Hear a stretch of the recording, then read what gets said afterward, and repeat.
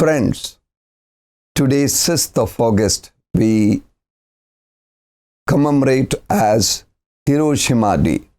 It was on this day in 1945, after a 6-year-long World War II, that United States dropped nuclear bomb in Hiroshima of Japan. Fighter plane named Enola Day B-29 dropped a bomb named Little Boy on this major city of Japan, which was of course militarily very significant.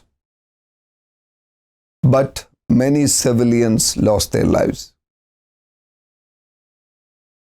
3 days later, on 9th August, another bomb named Fat Man was dropped over Nagasaki.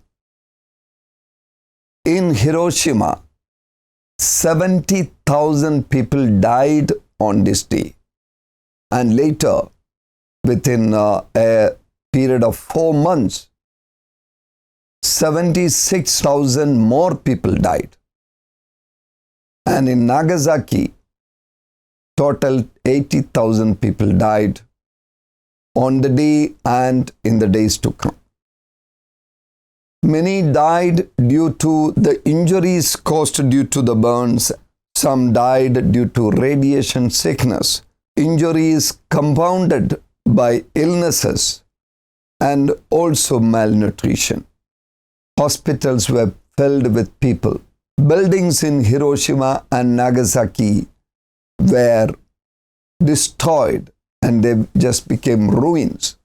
And the effect of these two bombings continued for years. People had psychological illnesses for a long time, and children born of women after that were born deformed. Hiroshima and Nagasaki were two largest human tragedies in the history of humankind. Later, in 1964, Peace Flame Monument was erected in Hiroshima. The world has learned a big lesson from the Hiroshima and Nagasaki tragedy. Many countries continue to produce nuclear bombs. India had a policy of no nuclear bombs because India got independence just 2 years after this tragedy.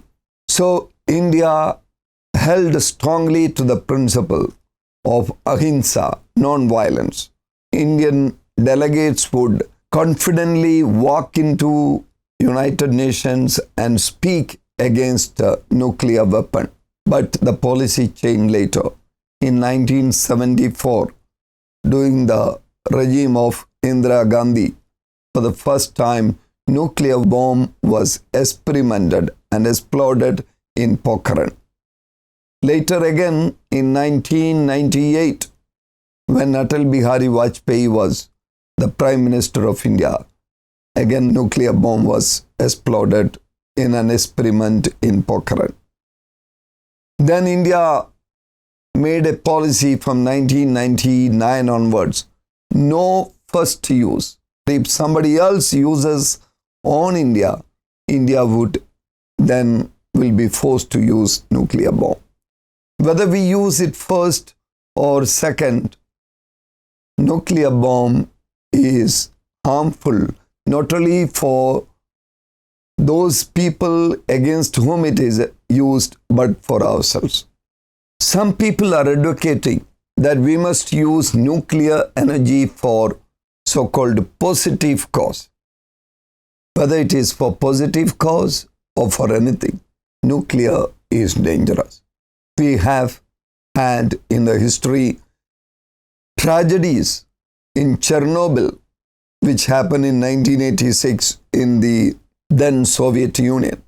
Later, during the tsunami, Fukushima, a city in Japan which had a nuclear power plant, the tsunami affected and the nuclear leakage affected a lot of people.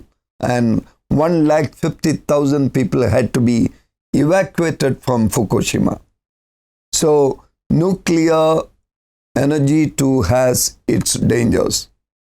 And we have one such plant in Kudankulam on the shore of the Bay of Bengal.